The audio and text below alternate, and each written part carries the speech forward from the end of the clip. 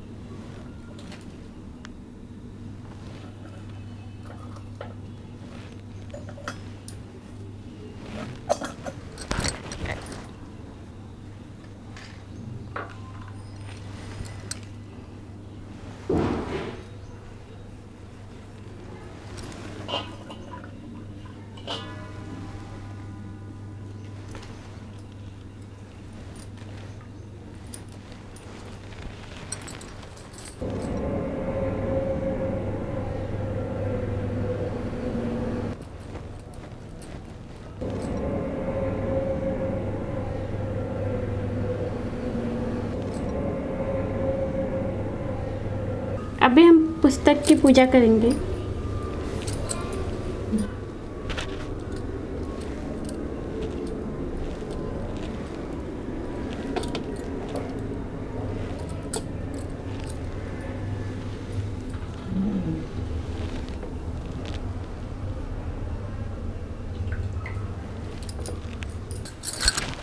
आप सभी माताओं और बहनों से मेरा अनुरोध है कि हमारे चैनल को सब्सक्राइब कीजिए। अगर वीडियो पसंद आए तो लाइक कीजिए, शेयर कीजिए और हमारे सनातन धर्म को प्रचार और प्रसार के लिए आगे बढ़ाएं। धन्यवाद। अब हम 10वां अध्याय आरंभ करेंगे।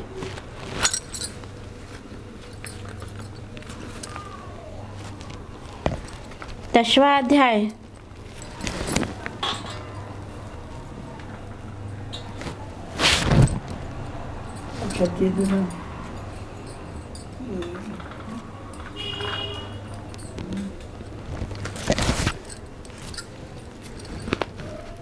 कथा कभी भी खाली हाथ नहीं सुनी जाती है। हाथों में जरूर अक्षत या फिर फूल अवश्य रखें। 10वां अध्याय। ऋषि बोले, प्राणप्रिय भाई निशुंभ की मृत्यु देखकर इस प्रकार सेना को भी मरता देखकर कुपित होकर शुभ कहने लगा, अरे दुष्ट दुर्गा, बल के घमंड से गर्व मत कर। अरे अभिमानी, तू तो अन्य स्त्रियों के बल के सहारे लड़ रही है। देवी बोली, अरे दुष्ट, मैं अकेली हूँ। संसार भर में मेरे समान दूसरी है कौन? ये तो मेरी विभूतियाँ हैं, मुझ में ही प्रवेश कर रही हैं। इतना कहते ही ब्रह्माणी आदि सभी शक्तियाँ उस देवी के शरीर में समा गईं। अकेली अंबिका देवी रह गईं। देवी बोली, मैं अपनी ऐश्वर्य शक्ति समेत अनेकों विभूतियों के रूपों में यहाँ पहले विद्यमान थी। अब मैंने सभी रूप समेट लिए। अब तो अकेली मैं युद्ध में खड़ी हूँ, तू भी स्थिर हो जा। ऋषि बोले, तब सभी देवता तथा दैत्यों को देखते देखते देवी और शुभ इन दोनों में युद्ध छिड़ गया। तीखे वाड़ों की वर्षा तथा भयंकर अस्त्र शस्त्रों से उन दोनों का युद्ध सभी लोगों के लिए भयंकर प्रतीत होने लगा। जितने भी अंबिका दिव्य से दिव्य अस्त्र छोड़ती जाती, दैत्येंद्र उन्हें निवाकर के अस्त्रों द्वारा तोड़ता जाता। इसी प्रकार परमेश्वरी अंबिका भी खेल खेल में हुंकार आदि शब्दों द्वारा दैत्य के छोड़े गए दिव्य अस्त्रों को तोड़ती गई। तदंतर असुर ने सैकड़ों बाणों से देवी को आच्छादित कर दिया। तब देवी ने भी कुपित होकर बाणों द्वारा उसका धनुष काट डाला। धनुष के टूट जाने पर दैत्येंद्र ने हाथ में शक्ति उठा ली। अभी शक्ति उसके हाथ में ही थी कि देवी ने चक्र द्वारा वह शक्ति काट डाली। तब दैत्यराज ने तलवार तथा 100 चंद्रमा वाली चमचमाती ढाल लेकर देवी पर भागते हुए उसकी तलवार तथा सूर्य जैसी चमकती ढाल ले अपने धनुष से छोड़े हुए तीखे बाणों से तुरंत काट दिए। रथ के घोड़े सारथी को भी मार दिया। धनुष तो पहले ही कट चुका था। तब तो भयंकर मुग्दर लेकर अंबिका को मारने के लिए दैत्य उग्रत हो गया। आते ही उसके मुग्दर को भी तीखे तीरों से काट दिया। फिर भी वह दैत्य मुक्का तान कर बड़े वेग से दौड़ा। जाते ही उस दैत्येश्वर ने देवी के हृदय में मुक्का मार दिया। देवी ने भी उसकी छाती पर एक चपेट जमा दी। देवी की उस चपेट के लगते ही वह दैत्यराज पृथ्वी पर गिर पड़ा। गिरकर भी सहसा उसी प्रकार उठ खड़ा हुआ।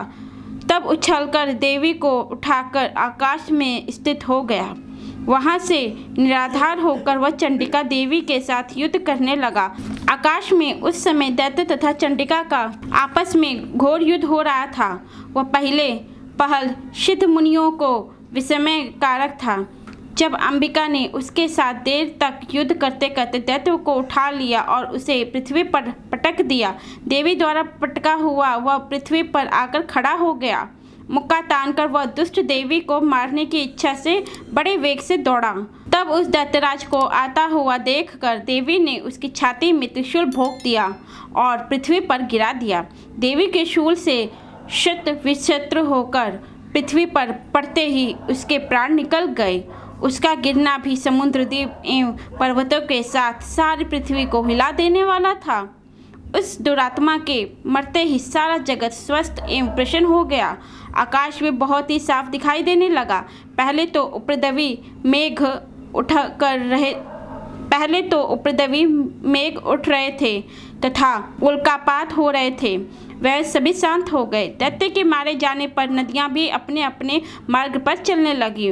उसकी मृत्यु होते ही सभी देवताओं के मन प्रसन्न हो गए। गंधर्व मनोहर गायन करने लगे, दूसरे बाजे बजाते, अप्सराएं गण नाचने लगी, वायु पवित्र होकर चलने लगी, सूर्य उज्जवल होकर चलने लगा, अग्निशाला की बुझी हुई आग अपने आप प्रज्वलित हो उठी। सभी दिशाओं की भयंकर आवाजें शांत हो गईं। अगर हमारा वीडियो आपको पसंद आए तो शेयर, लाइक और सब्सक्राइब अवश्य करें। जय सनातन धर्म से जुड़ने के लिए आप सभी का आभार। माता रानी आपकी सभी प्रकार की मनोकामना को पूर्ण करे। जय माता दी, जय सनातन धर्म।